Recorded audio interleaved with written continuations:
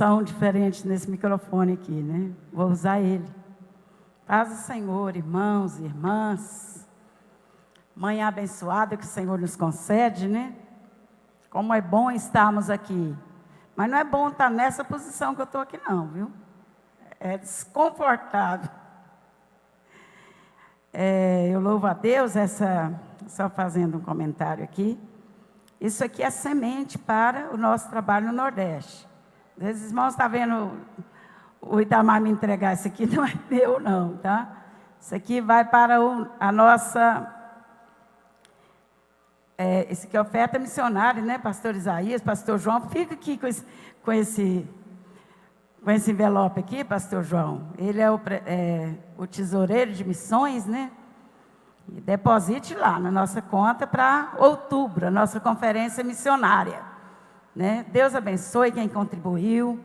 Nós estamos empenhados, né, nessa obra missionária. Na semana de setembro, 7 de setembro a 13 de setembro, nós estaremos ali numa missão missionária. E dessa vez o bispo, eu vou acompanhar o bispo dessa vez, né? Da outra vez eu fui só, agora eu convenci ele, né, de ir comigo, pastor João, pastor Isaías. Usei o poder do convencimento, né? E vamos fazer missões, vamos conhecer. Por quê? Porque a nossa conferência é em outubro, então em setembro nós queremos ver aquelas igrejas mais carentes, né? E nós vamos estar ali em loco, mais de 3.000 quilômetros, conhecendo aquelas pequenas cidades ali, para que a nossa semente possa multiplicar. Só para a igreja ter conhecimento. Nós contribuímos aqui em outubro, nós demos uma cobertura para uma igreja lá em Tamboril, né? Tamboril. Nós fizemos a campanha, doamos, eu juntamente com outros empresários aqui da igreja. Eles fizeram a campanha aí, pastor Davi, Marquinhos, né? Nós depositamos ali naquela cobertura 12 mil reais, que era assim, um orçamento bem apertado mesmo, para cobrir ali um grande templo em Tamboril. E eu recebi um vídeo, o pastor falando assim, nós cobrimos toda a igreja, ainda cobrimos toda a casa pastoral. A oferta multiplicou, né? A semente multiplicou naquele lugar. Só para os irmãos terem conhecimento para onde está indo as nossas ofertas missionárias. Amém? Durante todo esse trimestre, nós estamos estudando sobre família, sobre casamento, sobre pais e filhos.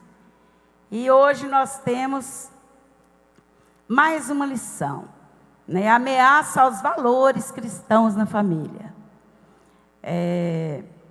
Como Deus fez um projeto lindo para mim e para você. Família, a origem da família. Eu estava esses dias ouvindo aqui o nosso mestre, Enoque Vieira, né? Ele até deu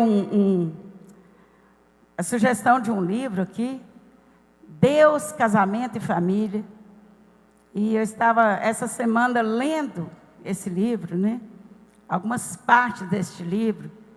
E eu pude ver como é lindo o projeto original de Deus sobre a minha família, sobre a sua família, sobre o nosso casamento. Como Deus arquitetou nos mínimos detalhes. Como é lindo ver um projeto bem arquitetado.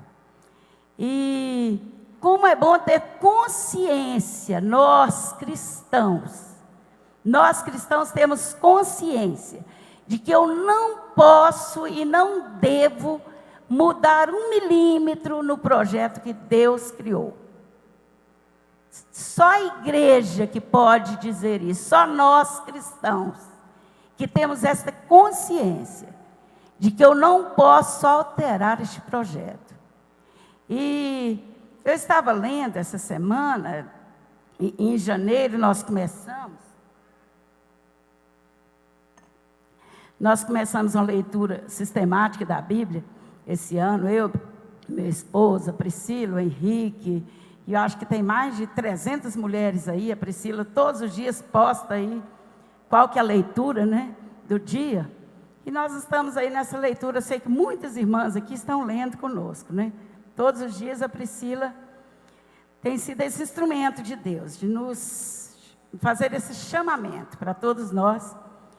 E a gente lendo aí no início da Bíblia, começamos desde Gênesis, e eu estava lendo, né, esses dias sobre o modelo que Deus deixou, que Deus passou para Moisés, sobre o tabernáculo, sobre o pátio, sobre tudo detalhadamente. E Deus falava assim, faz assim, assim, assim. Por exemplo, vai fazer uma cortina para dividir o tabernáculo do pátio, né? Ele falou, olha, faça essa cortina com tanto de altura, tanto de largura, dessa cor, desse tecido, coloque não sei quantos colchetes, né? De forma bem detalhada.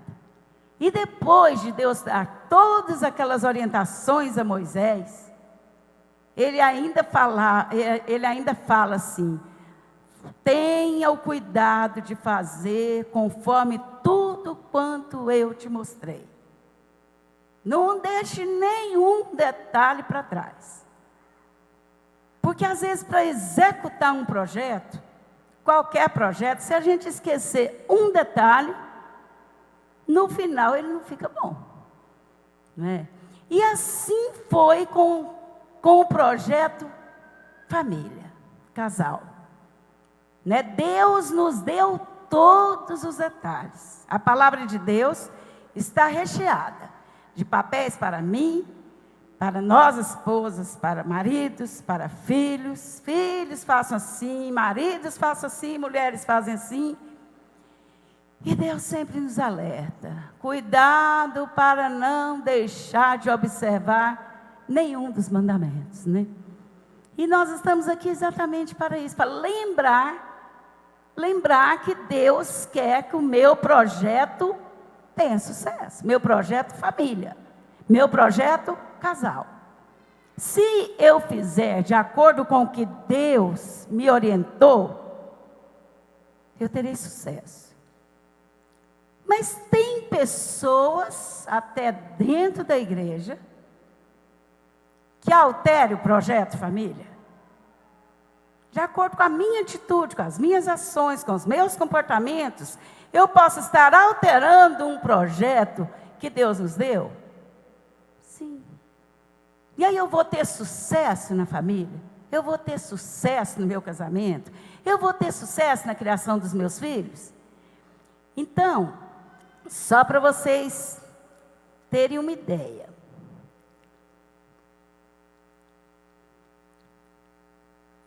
O que é a definição bíblica de casamento? É um vínculo sagrado entre um homem e uma mulher, instituído e firmado por Deus. Ainda que o casal não veja isso como sagrado. Mas para Deus é um projeto sagrado e divino. Então, por isso, e consumado pela relação sexual. Esse aí é o projeto original de Deus. O que é casamento? Será que a gente tem esse cuidado de ver o nosso casamento como um vínculo sagrado? Eu tenho noção do que é sagrado. Eu vejo que a minha relação com meu marido, com as minhas filhas, com a minha família, é algo que Deus assinou embaixo. Ele é o autor do projeto. E se eu tiver essa consciência, eu posso dizer, pastor, eu tenho um casamento, eu tenho uma família, segundo o que Deus planejou para mim. Eu vivo este casamento de acordo com o que Deus planejou para mim. Ou seja, eu executo fielmente este projeto. E não tem como dar errado um projeto que Deus instituiu.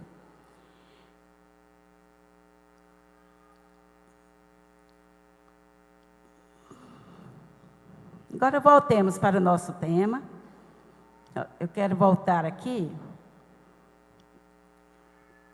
Que casamento, segundo essa definição aí, não é apenas um contrato feito por um período delimitado de tempo, condicionado à continuidade do desempenho das obrigações contratuais de uma parte, visando benefício próprio, mas sim a um vínculo sagrado, caracterizado pela permanência, sacralidade, intimidade, mutualidade e exclusividade.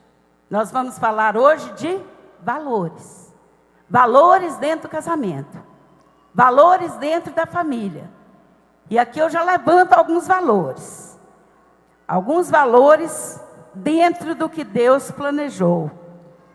Mais na frente eu vou falar detalhadamente sobre eles. Eu vou seguir a lição aqui, já que o ponto de número 1, que quando a revista nos propôs aqui, começou das ameaças. Eu só dei uma definição de casamento, apenas como introdução, mas a nossa lição fala de ameaças ao casamento. E o primeiro ponto aí da lição, que o autor nos traz, qual que é? Não quer passar aqui. O mau uso dos meios de comunicação. Isto, hoje, a mídia, as redes sociais em geral, podem ser considerados como inimigo número 1 dos nossos valores morais, familiares e cristãos. Há o mau uso dos meios de comunicação. Existe coisa boa na internet, na televisão? Ainda existe. Ainda existe. Mas a gente fala do mau uso, daquilo que tem ameaçado o meu, o seu casamento, a minha família, ameaça aos nossos filhos. Então, nós vamos começar aqui pelas ameaças, para depois a gente fortalecer estes valores, que nós temos que lembrar de tudo aquilo que Deus planejou para mim e para você. Então, o mau uso das redes sociais, ele pode ser um veneno mortal para o meu casamento. Vocês concordam com isso? Que os meios de comunicação, a rede, internet, tudo quanto é tipo de mídia que eu estou falando, todas as mídias, ele pode ser um veneno mortal para destruir a sua família, a minha família. Como pode? Como tem destruído? E como o inimigo tem usado esta arma e tem alcançado muitos cristãos. Não estou falando nem no mundo, estou falando no nosso meio. Já que eu atendo casais, eu atendo família, eu atendo adolescentes. E como os meios de comunicação têm destruído relacionamentos. De várias formas. Por quê? Porque eu abro brechas. Eu abro brechas, eu deixo o inimigo entrar. E às vezes é o marido, às vezes é a mulher, às vezes é um filho, mas a família como um todo.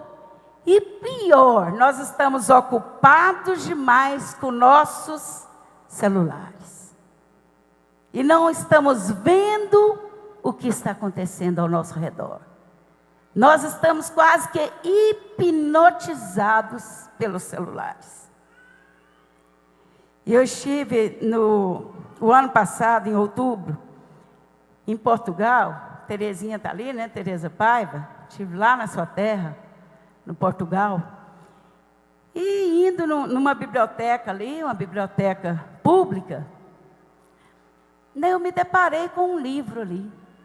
Um livro que me chamou muita atenção. E ele é o português de Portugal mesmo. Até difícil para a gente ler, né? Porque é um pouco diferente a leitura de um livro português. E quando eu li aquele livro, durante aquela viagem, eu cheguei, a Priscila pegou ele, leu e releu, né, Priscila? Dessa semana eu falei, Priscila, traz um livro para mim.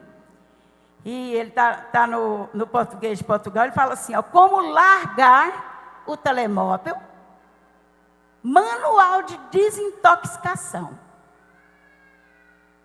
Pense em um livro, que aqui ele dá um manual, primeiro, para que eu reconheça que eu sou dominado, porque você já viu alguém falar que é dominado do celular? Ele pode ficar, você vai lá naquele programinha, quantas horas por semana você gastou no celular? Quantas horas? Aí aparece lá, o programa aparece. Nas redes sociais, quantas horas eu gastei? No WhatsApp, quantas horas eu gastei?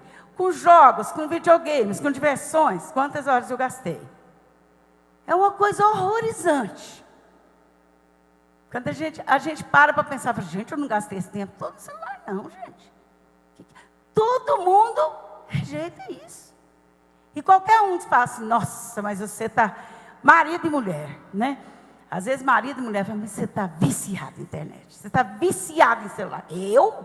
Não, eu só estou lendo uma mensagem aqui que eu recebi. Eu estou respondendo uma mensagem aqui.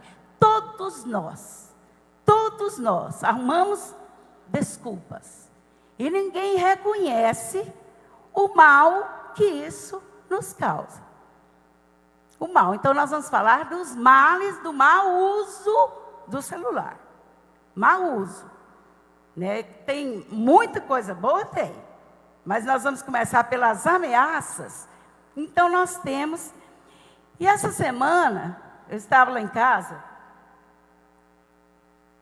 E, por acaso, passando uma reportagem ali, uma reportagem de São Paulo, e eles falando, dando uma estatística dos acidentes que acontecem na Grande São Paulo, nas estações de metrô. Não sei se alguém viu essa reportagem. As estações de metrô, o grande número de acidentes que existe dentro das estações. E aí aquela repórter fez todo um comentário, eu estava estudando a lição, a hora que eu assisti aquela reportagem, e ela falou assim, olha, 52% dos acidentes que acontecem dentro das estações de metrô, são 52%, são de pessoas que descem do metrô lendo, cai no vão aqui, entre a estação e o metrô, quebra a perna, vai para o pronto-socorro, a pessoa desce ali, as escadas rolantes, a pessoa está lendo o celular, cai na escada, e por incrível que pareça, nós fomos na inauguração em Acreúna, e uma das irmãs estava ali, na inauguração, ela falou, pastora, tirei a botinha hoje, que eu estava com o pé quebrado. E estou até mancando aqui, que estou com o pé quebrado. Aí eu falei assim, mas o que foi? Ela falou assim, irmã, pastor, para que você perguntou o que foi? Aí eu falei, o que aconteceu? Ela falou, eu descendo as escadas lá em casa, no celular, eu quebrei o pé. Descendo a escada e lendo o celular. E ela quebrou o pé. E naquela reportagem que eu vi essa semana, 52% de todos os acidentes que acontecem ali são de pessoas que estão ligadas no celular. E aí aquela repórter entrevistou umas 3, 4 pessoas ali, e ela pegou exatamente quem estava com o celular na mão, é lógico, né? Fazendo a reportagem, ela passou um rapaz lendo, assim, fixado e andando, e ela, espera aí, faz uma reportagem comigo aqui. Aí ela virou para ele e falou assim, olha, você sabe que 52% dos acidentes que acontecem aqui é porque a pessoa está vidrada no celular? Ele falou assim, o que é mesmo? Ela falou assim, pessoas que descem, começam a olhar no celular. Aí ele falou assim, nossa, eu preciso tomar mais cuidado, né? Preciso tomar mais cuidado. Entrevistou outra moça, falou assim, você sabia que 52% dos acidentes que acontecem aqui, a pessoa está andando, descendo as escadas e com o celular na mão, assim como você está? Aquela moça falou assim, eu acredito, Sabe por quê? Porque durante o meu trajeto eu já assisti 11 séries de filmes. E eu desço do trem e não paro de assistir. Ela falou, não paro de assistir. Eu desço, eu continuo, chego no meu trabalho. Às vezes eu entro no banheiro do meu trabalho, porque eu quero assistir o final daquele seriado. Vícios. E a pessoa percebe isso aqui? Não. A pessoa percebe que isso aqui causa males? Não percebe. Então, eu quero passar aqui, depois eu quero colocar uma carta, que essa autora aqui, essa autora portuguesa, ela escreveu uma carta para o celular dela. Achei muito interessante. Carta ao meu celular. Depois eu vou colocar aqui. Vamos ler essa carta. Vamos ler? Será que podemos ler na sua voz? Para não ficar cansativo? Vamos ler. Caro celular, ainda me recordo do dia em que nós nos conhecemos. Você era um brinquedo novo, disponível apenas online. Eu era alguém que recitava os números de telefone dos melhores amigos de cor. Quando você foi lançado, admito que sua tela chamou minha atenção, mas eu estava muito ocupada, digitando uma mensagem no meu celular de abrir e fechar, para iniciar um novo relacionamento. Até eu te tocar, e tudo começou a acontecer muito rapidamente. Não demorou muito para que ficássemos sempre juntos, ao passear, almoçar com amigos, sair de férias. No começo, achei estranho você querer ir comigo ao banheiro. Mas hoje, esse é apenas mais um dos momentos particulares que comecei a compartilhar com você. Agora somos inseparáveis, você e eu. Você é a última coisa que eu toco antes de ir para a cama. E a primeira coisa que procuro pela manhã. Você se lembra das minhas consultas com o meu médico, minha lista de compras e até do meu aniversário. Você tem gifs, emojis, festivos, que posso enviar aos amigos no dia do aniversário deles. E ao invés de machucarem por estar enviando só uma mensagem, eles pensam, oh, emojis de balões animados. Graças a você, minhas estratégias para evitar o contato são interpretadas como gestos atentos. E eu sou grata por isso. Celular, você é incrível, literalmente.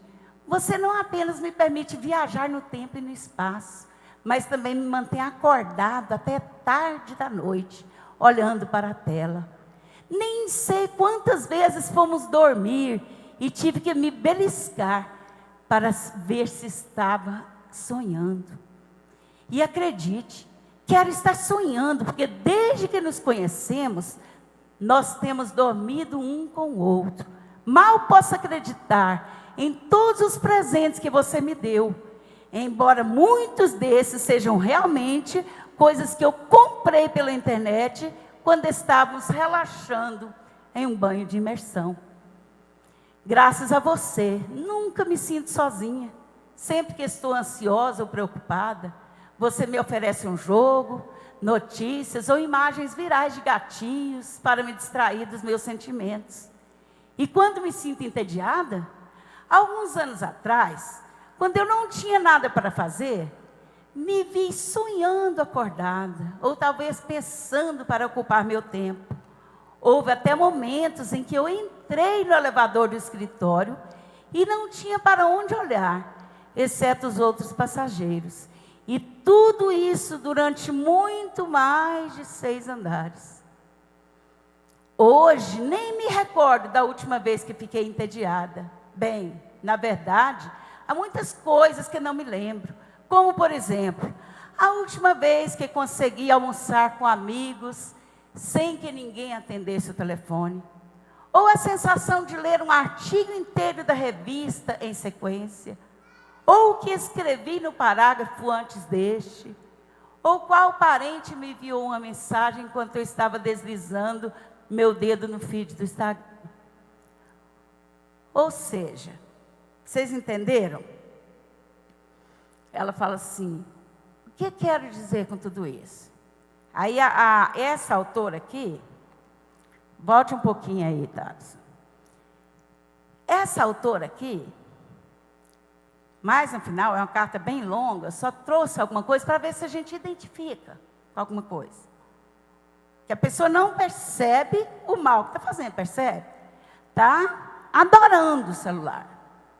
Está venerando o celular. Mas mais no final, a última frase que ela põe, ela fala assim, olha, mas agora, por causa de você, eu tenho que te abandonar. Eu tenho que me livrar de você. Ou seja, eu estou totalmente comprometida. Eu não vivo, ou seja, eu rompi com todas as minhas relações, com toda a minha família, eu rompi. Vocês entendem que uma pessoa dessa aqui está totalmente dependente?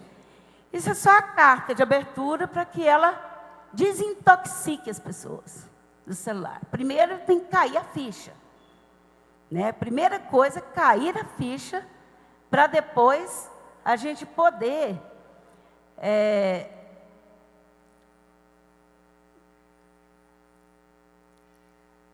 sim, ela termina ali, né? O que quero dizer é que acho que não posso mais respirar sem você. E é por isso que está sendo extremamente difícil dizer que nós precisamos separar. Eu preciso separar, eu preciso me desintoxicar. É dessa autora aí, Catherine, né? Catherine Price. Como largar o telemóvel. Você não vai achar ele no Brasil, que eu comprei ele lá em Portugal, mas é uma leitura boa de fazer. Então, meus irmãos, eu vou passar um videozinho de 2 minutinhos, só para você me ajudar a entender essa cena aí dessa mãe com essa filha.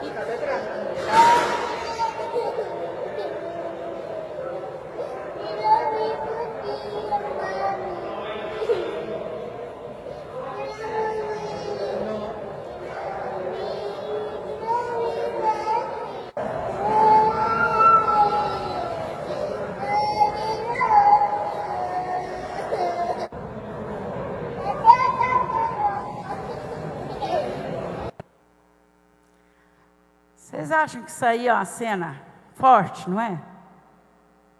Dá um mal-estar na gente, né? Dá vontade de pegar essa mãe, dar uma sacudidela nela, não dá? Dá vontade.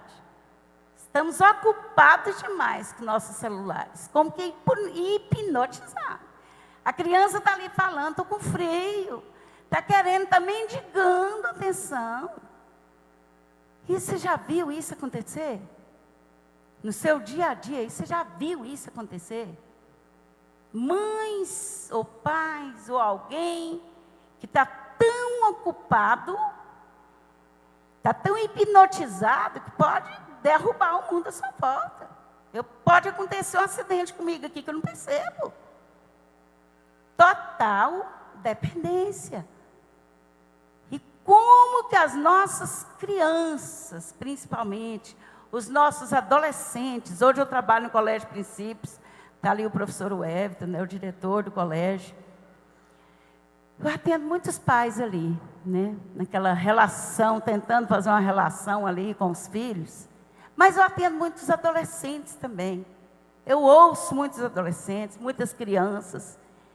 E esse dia uma criança dos 10, 11 anos, aquela criança estava muito dispersa na sala, e eu fui conversar com aquela criança. Falei assim, ela me contando que chorava muito, que estava com depressão, que ia para a cama chorando muito, e eu tentando conversar. E eu falei com ela assim, você já falou isso que você sente para sua mãe? Você já tentou procurar sua mãe? Falei, mamãe, eu fico triste, eu choro, me sinto sozinha e tal. Ela falou assim, minha mãe está 24 horas por dia no celular. Palavras de uma criança, de 10, 11 anos. Aquela mãe está percebendo que a criança está depressiva, que aquela criança precisa dela. Isso está acontecendo dentro dos nossos lares, bem na frente do nosso nariz. E a gente não percebe. Isso são os males do mau uso da internet. E eu peguei uma pesquisa aqui, inúmeras crianças, males causados pelo mau uso da internet. Inúmeras crianças viciadas têm danos irreparáveis. Tem quantos psicólogos aqui hoje? Levante a mão, minha equipe aí que está aí. Doutora Raquel, Luceni, pastora Sara Mendes, Vânia César. Vocês têm visto isso nos consultórios, gente? Danos irreparáveis causados pela carência afetiva, pela carência de pai e de mãe. Como a gente tem visto isso acontecer. Crianças que dão trabalho na escola, que a gente vai ver o que é, só falta de atenção, só carência, só falta de mãe, falta de pai. Só isso que eles precisam. Mau uso da internet, adultos, infidelidade conjugal. Como tem acontecido isso através da internet? Como tem acontecido? Pornografias, acabando com casamentos. Excesso de horas e horas na internet, em jogos, videogames, filmes, séries. Prejuízos irreparáveis nas nossas relações. Pedofilia através da internet. Porcentagens alarmantes, aí quem fez essa porcentagem foi a revista Pais e Filhos. 86% das nossas crianças e adolescentes têm perfis nas redes sociais, crianças. Perfil nas redes sociais, 82% das crianças postam suas fotos, divulgam seu nome e sobrenome, têm interações com o estranho, por serem ingênuos, sem malícia, caem facilmente em armadilhas. É preciso estar alerta e saber como orientá-los e como protegê-los. Isso são os males que a internet causa. Vamos para o ponto 2 da lição, que fala leis e desafios do presente século. O autor levanta aqui vários pontos, né? Um deles o aborto, o número alarmante de divórcios. E na própria revista tem uma citação aí do pastor Cláudio Duarte. Olha o que ele diz sobre divórcios, né? A naturalidade com que é tratada a separação faz com que muitos casais não busquem solução para superar suas crises conjugais. Ou seja, o divórcio se tornou uma tragédia comum até mesmo nos lares cristãos. É tragédia? Mas tornou comum. Esses dias estava atendendo uma senhora que resolveu separar do marido, né? E eu tinha atendido ela tentando melhorar o relacionamento. Depois ela chegou e falou assim, olha, nós resolvemos terminar. Brinquei com ela, falei, terminar? Ou acabar com o casamento? A gente termina o quê? Namoro. Namoro a gente termina. Casamento a gente rompe, acaba, né? Cria. É uma tragédia. Ali está falando que é uma tragédia. Mas as pessoas hoje não buscam solução. Quantos casais que a gente sabe que estão em crise, que têm problemas, e não buscam solução, porque o caminho mais rápido é o divórcio. Não, se eu casar, eu vou casar, se não der certo, eu separo. Então, quais os valores que nós temos aqui? Né? Quais são estes valores que nós vamos trabalhar dentro da família? Quais os valores? Vamos lá. Os valores dentro da família. O principal valor dentro do casamento ainda é o princípio da monogamia. Ele é meu e eu sou dele. E não existe outra ou outro entre nós. Monogamia é o que Deus está no projeto de Deus. Não é invenção nossa. Não é invenção. Né, meu amor? Essa semana, sexta-feira, 21 de fevereiro, estamos fazendo 44 anos de casados. 44 anos. Até que a morte os separe. Ou até que Jesus venha nos buscar. Não é? Monogamia. O segundo valor é esse, que eu acabei de falar, até que a morte os separe. Só a morte vai me separar de ti.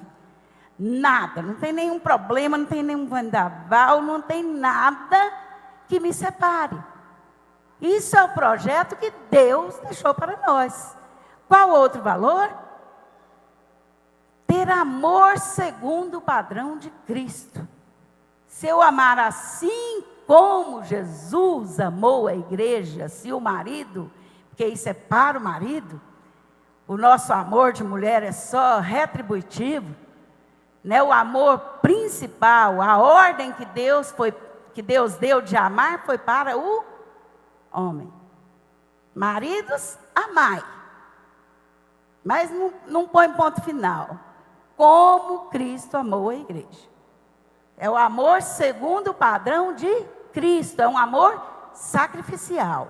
É um amor que dá a vida. É um amor que gasta e se desgasta para fazer essa mulher feliz, para fazer essa mulher andar bonita, para essa mulher ter bem-estar.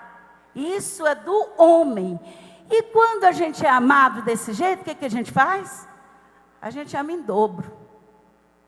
A gente acaba amando mais do que ele. Falo por mim, né? Por mim. A gente acaba retribuindo de forma dobrada. Quem te trata bem, quem te ama, quem faz tudo para te ver feliz, você não vai amar ele mais do que ele? Vai. Isso é Bíblia. Isso é o que Deus deixou para mim e para você. Né? Qual outro valor que nós temos que defender, que estão ameaçados? Qual o próximo? Respeito mútuo. Como falta de respeito acaba com o casamento? Como acaba? A pessoa não pensa que vai ferir o outro ou a outra. Fala o que vem na boca. Respeito mútuo. Casamento não pode perder o respeito. Eu não posso falar, achar que eu posso falar o que eu quero para o meu marido, nem ele para mim. Respeito mútuo. E como os casais hoje não se respeitam. Por qualquer coisa, sai com cada pérola, né? Sai com cada pérola. E uma palavra falada, ela gera feridas. Ela acaba a minha admiração pelo outro. E quando eu quero consertar isso, eu vou lembrar só daquilo que a pessoa falou para mim. As suas palavras falam mais alto. Aí a gente não consegue enxergar. Qual outro valor? Cumplicidade. Temos que ser cúmplices um com o outro. Qual outro? Intimidade. Tem que ser íntimos, temos que conversar. Intimidade em todos os sentidos. Não estou falando só de intimidade sexual. É ser íntimo do marido. A primeira coisa que você precisa conversar quando está com qualquer problema é com seu cônjuge. Não é com a amiga, não é com o amigo. Essa intimidade, você tem que se abrir com ele, ou abrir com ela. Qual outro? Afetividade, ser afetivo. Né? Palavras carinhosas, ser meiga, ser gentil. Isso é afeto. São valores dentro do casamento? São. Ah, pastor, isso é bobagem. Por isso que eu nem vou em encontro de casais, que eu não gosto dessas bobagens, não. Irmão, isso não é bobagem, isso é Bíblia para nós.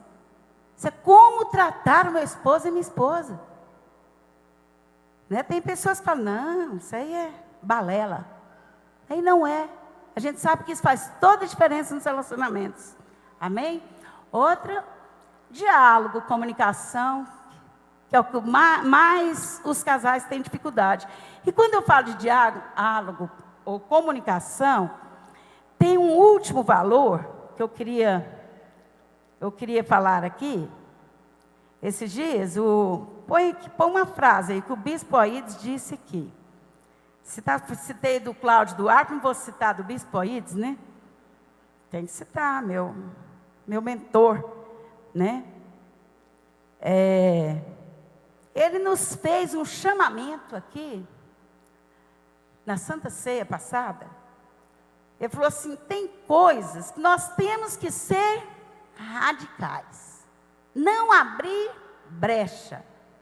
Estarmos atentos 24 horas por dia. E ele trouxe, Jesus padeceu fora da porta. Somos um povo diferente do mundo. Nossos valores, nossos padrões são outros. E ele disse uma frase, ser cristão é aceitar um convite a afrontas, a vergonha, a levar o vitupério de Jesus. Então seja radical e não negocie os seus valores. Palavras do seu pastor. Seja radical, não negocie seus valores. Aquilo que um pai ou uma mãe faz, aquilo que um pai ou uma mãe faz tem mais impacto que qualquer palavra. Nosso discurso pode ser muito bonito. Nós podemos ter um discurso perfeito. Mas o meu exemplo de esposa, de mãe, de filho, de esposo, arrasta. A palavra de Deus fala assim, ó. Jesus ensinava e também fazia. Não basta eu só ensinar aqui. Eu tenho que fazer. Nos bastidores eu tenho que ser exemplo. Exemplo para os fiéis. E essa semana até a missionária Vera está ali, né? Missionária Vera pôs uma frase na nossa família. Todos os dias ela coloca lá muitas frases lá, né? E ela colocou uma frase que diz o seguinte, dentro disso que eu estou falando da força do exemplo. Ela colocou uma frase assim, ó, um pai disse a seu filho, tenha cuidados por onde caminhas. O filho lhe responde, tenha cuidado, Senhor, pois eu sigo os seus passos. Força do exemplo. Então não adianta você falar para o seu filho, meu filho, tenha cuidado, não fique no celular não, tenha cuidado do Senhor, estou seguindo os seus passos, aonde o Senhor for, eu vou. A força do exemplo. Né? Nós temos que ter este cuidado conosco, com os nossos filhos, ser exemplo, a palavra de Deus fala, temos que ser exemplo dos fiéis em tudo. E casamento, família, envolve tudo? Envolve. Então, isso é o que a palavra de Deus tem para nós. E tem um último valor, que eu acho que muitos lares aqui, através da correria, já se perderam. Itamar, eu vou passar um vídeo de 6 minutos, posso? Você subiu para cá, mas eu vou passar, não vou nem falar nisso aqui. Eu vou para um último vídeo, ele tem 6 minutos. Só que eu queria deixar eu quero concluir com esse vídeo. E depois, quantos pais e quantas mães tem aqui? Dentro desse vídeo, eu fiz algumas recomendações para pais e mães que eu quero entregar para vocês no final. Né, os diáconos, as diaconisas, no final, todos os pais vão ficar de pé e eu quero entregar essas recomendações para pais e para mães. Então vamos a esse vídeo, às vezes você já até viu, vídeo de internet, sempre a gente recebe mesmo, né?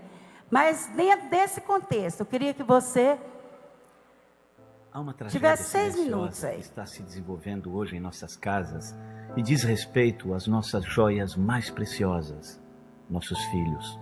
Nossos filhos estão em um estado emocional devastador.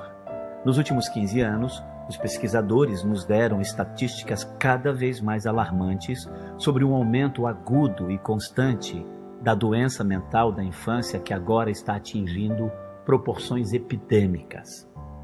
As estatísticas nos mostram que 1 em cada 5 crianças tem problemas de saúde mental. Um aumento de 43% no TDAH foi observado. Um aumento de 37% na depressão adolescente também foi observado e um aumento de 200% na taxa de suicídio foi observado em crianças de 10 a 14 anos. Mas o que está acontecendo e o que estamos fazendo de errado? As crianças de hoje estão sendo estimuladas e superdimensionadas com objetos materiais, mas são privadas dos conceitos básicos de uma infância saudável, tais como pais emocionalmente disponíveis, limites claramente definidos, responsabilidades, nutrição equilibrada e sono adequado, movimento em geral, mas especialmente ao ar livre, jogos criativos, interação social, oportunidades de jogos não estruturados e espaço até para que elas tenham tédio. Em contraste, nos últimos anos, as crianças foram preenchidas com pais digitalmente distraídos, pais indulgentes e permissivos que deixam as crianças governarem um mundo sem que se estabeleça as regras, um sentido de direito de obter tudo sem merecê-lo ou ser responsável por obtê-lo, sono inadequado e nutrição desequilibrada, um estilo de vida sedentário, estimulação sem fim, armas tecnológicas, gratificação instantânea e até ausência de momentos chatos. Mas então, o que devemos fazer? Se queremos que nossos filhos sejam indivíduos felizes e saudáveis, temos que acordar e voltar para o básico. Ainda é possível. Muitas famílias veem melhorias imediatas após semanas de implementar as seguintes recomendações. Defina limites e lembre-se de que você é o capitão do navio. Seus filhos se sentirão seguros sabendo que você está no controle do leme. Ofereça às crianças um estilo de vida equilibrado, cheio do que elas precisam, não apenas do que elas querem. Não tenha medo de dizer não aos seus filhos se o que eles querem não é o que eles precisam. Forneça alimentos nutritivos e limite a comida lixo. Passe pelo menos 1 hora por dia ao ar livre, fazendo atividades como ciclismo, caminhada, pesca, observação de aves, de insetos. Desfrute de um jantar familiar sem smartphones ou qualquer outra tecnologia que venha distraí-los. Divirta-se com jogos de tabuleiro com a família. E se as crianças são muito jovens para os jogos de tabuleiro, deixe-os guiar pelos seus interesses e permita que sejam eles que mandem no jogo. Envolva seus filhos em trabalhos de casa ou tarefas de acordo com a sua idade, como dobrar a roupa, arrumar os brinquedos, dependurar as roupas, colocar a mesa, a alimentação do cachorro, etc. Implemente uma rotina de sono consistente para garantir que seu filho durma o suficiente. Os horários serão ainda mais importantes para as crianças em idade escolar. Ensine responsabilidade e independência. Não os proteja excessivamente contra qualquer frustração ou erro. Errar os ajudará a desenvolver a resiliência e a aprender a superar os desafios da vida. Não carregue a mochila dos seus filhos. Não leve para eles a tarefa que esqueceram. Não descasque as bananas ou descasque as laranjas se eles podem fazer isso por conta própria. Em vez de dar-lhes o peixe, ensine-os a pescar. Ensine-os a esperar e a ter paciência quando a gratificação estiver atrasada. Forneça oportunidades para o tédio, uma vez que o tédio é o momento em que a criatividade desperta. Não se sinta responsável por sempre manter as crianças entretidas. Não use a tecnologia como uma cura para o tédio e nem se sinta obrigado a oferecer no primeiro segundo de inatividade do seu filho. Evite usar a tecnologia durante as refeições, em carros, restaurantes, shopping. Use esses momentos como oportunidade para socializar e treinar os cérebros para como funcionar quando estiverem no modo tédio. Ajude-as a criar, por exemplo, uma garrafa de tédio com ideias de atividades para quando estiver. Essas recomendações que ele dá, eu pus numa folhinha só, para que vocês, pais, depois leiam essas recomendações. Eu queria que vocês, pais, ficassem de pé para receber essas recomendações aí para a criação de filhos. Se você ainda não tem, oriente alguém. Se você é avó, oriente seus netos, seus filhos. Receba uma pequena orientação, tá? E vamos cantar o último corinho aqui. Minha casa será uma casa de bênção, um lugar de bênção, de vitória. Declare isso nesta manhã. Faça um compromisso diante de Deus, de observar tudo que o Senhor tem nos colocado. Amém? Deus abençoe. E com este hino eu estou encerrando.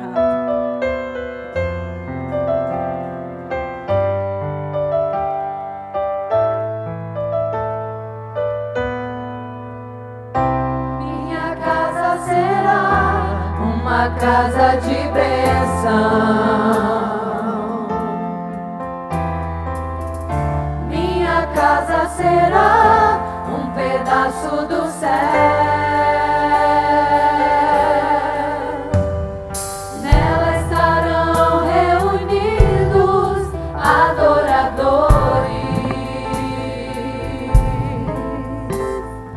que só exaltam ao Deus verdadeiro e fiel.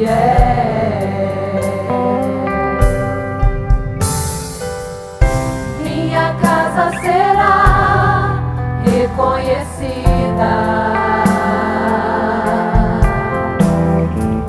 como um lugar de milagres e oração, onde Jesus tem prazer em ficar, onde o Espírito Santo habita, onde há prosperidade, amor e vida. Faça do meu lar, Senhor, um lugar de harmonia. Faça do meu coração tua casa todo dia. Seja à vontade pra ficar e nunca mais partir, pois a casa que um dia te recebeu nunca mais saberá viver sem ti. E faça do meu lar, Senhor, um lugar de harmonia. Faça do meu coração tua casa todo dia. E seja à vontade pra ficar e nunca mais partir, pois a casa que um dia te recebeu nunca mais saberá viver sem ti. Faça do meu lar, faça do meu lar, Senhor, um lugar de harmonia. Faça do meu coração tua casa todo dia. Esteja à vontade pra ficar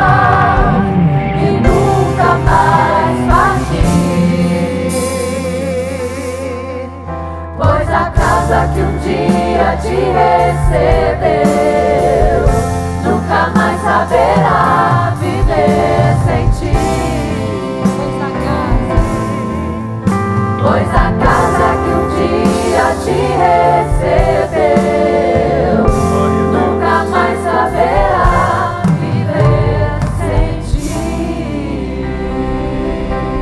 Glória a Deus. As palmas louvam o Senhor.